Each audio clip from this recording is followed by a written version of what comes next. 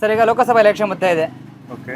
ಈ ಒಂದು ಉತ್ತರ ಕರ್ನಾಟಕ ಕ್ಷೇತ್ರದಲ್ಲಿ ಕಾಂಗ್ರೆಸ್ ಕಡೆಯಿಂದ ಅಂಜಲಿ ನಿಂಬಳ್ಕರ್ ಅಂದ್ಕೊಂಡಿದ್ದಾರೆ, ಹೌದು. ಬಿಜೆಪಿ ಕಡೆ ಕಾಗೇರಿ ಅಂದ್ಕೊಂಡಿದ್ದಾರೆ. ಹೌದು. ಅವರಿಬ್ಬರಲ್ಲಿ ಯಾರು ಬಂದರೆ ಒಳ್ಳೇದಾಗುತ್ತೆ? ಯಾರು ಬಂದರೆ ಒಳ್ಳೇದಾಗ್ತದೆ ಅಂದರೆ ಲೋಕಸಭೆದಲ್ಲಿ ಅಂತಂದ್ರು ಬಿ ಜೆ ಪಿಯಲ್ಲೇ ಬರ್ತದೆ, ಅವರೇ ಬರ್ತಾರೆ. ಅಲ್ಲ, ಲೋಕಸಭೆಯಲ್ಲಿ ಬಿಜೆಪಿ ಬರ್ತಾರೆ, ಬಟ್ ಇವಾಗ ನಿಮ್ಮ MP ಕ್ಯಾಂಡಿಡೇಟ್ ಇಲ್ಲಿ ಲೋಕಲ್ ಯಾರು ಬರಬೇಕು ಅಂತ? ಇಬ್ರು ಚಲೋ ಇದ್ದಾರೆ, ಬಟ್ ಯಾರು ಕೆಲಸ ಚಲೋ ಮಾಡಿದಾರಲ್ಲ ಅವ್ರು ಬರ್ಬೇಕಂತ ನನ್ನ ಇಷ್ಟ. ಸರ್, ಅನಂತಕುಮಾರ್ ಹೆಗಡೆ ಅವರು ಇದಕ್ಕೂ ಮುಂಚೆ 6 ಬಾರಿ MP ಆಗಿದ್ರು ಕ್ಷೇತ್ರದಲ್ಲಿ. ಆದರೆ ಇಲ್ಲಿವರೆಗೂ ಒಂದು ಮಲ್ಟಿ ಸ್ಪೆಷಾಲಿಟಿ ಹಾಸ್ಪಿಟಲ್ ಇಲ್ಲ. ಮತ್ತೆ ಡೆವಲಪ್ಮೆಂಟ್ ಬಗ್ಗೆ ಏನು ಮಾತಾಡಿದ್ರೆ ಡೆವಲಪ್ಮೆಂಟ್ ಝೀರೋ ಅಂತ ಹೇಳ್ತಾರೆ. ಇಲ್ಲಿ ನಮ್ಮ ದೇಶಪಾಂಡೆ ಅವ್ರದ್ದು ಭಾಳ ಪವರ್ಫುಲ್ ಇದೆ ಏರಿಯಾ, ಅದರಿಂದ ಇಲ್ಲಿ ಹೆಚ್ಚಿಗೆ ಕಾಂಗ್ರೆಸ್ ವೋಟರ್ಸ್ ಇದ್ದಾರೆ. ಆಮೇಲೆ ಇಲ್ಲಿ ಅವರು ಡೆವಲಪ್ ಮಾಡ್ತಾ ಇದ್ದಾರೆ ಕಂಟಿನ್ಯೂಸ್ಲಾಗಿ. ಸೊ ನಾವು ಹೋಪ್ ಮಾಡ್ತೀವಿ ಕಾಂಗ್ರೆಸ್ ಬರ್ಬೋದು ಅಂತ ಹೇಳಿ. ಸರ್, ಕಾಂಗ್ರೆಸ್ಗೆ 5 ಗ್ಯಾರಂಟಿಗಳು ಕೊಟ್ಟಿದ್ರು ಮಹಿಳೆಯರಿಗೆ. ಹೌದು.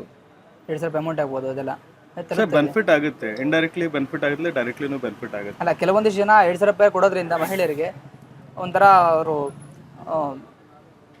ಸೋಂಬೇರಿಗಳಾಗ್ತಾ ಇದ್ದಾರೆ ಅಂತ ಹೇಳ್ತಾರೆ. ಎಲ್ಲರೂ ರೀಸನ್ ಕೊಡ್ತಾರೆ, ಅವ್ರವ್ರ ವ್ಯೂ ಇಟ್ಟಿರ್ತಾರೆ.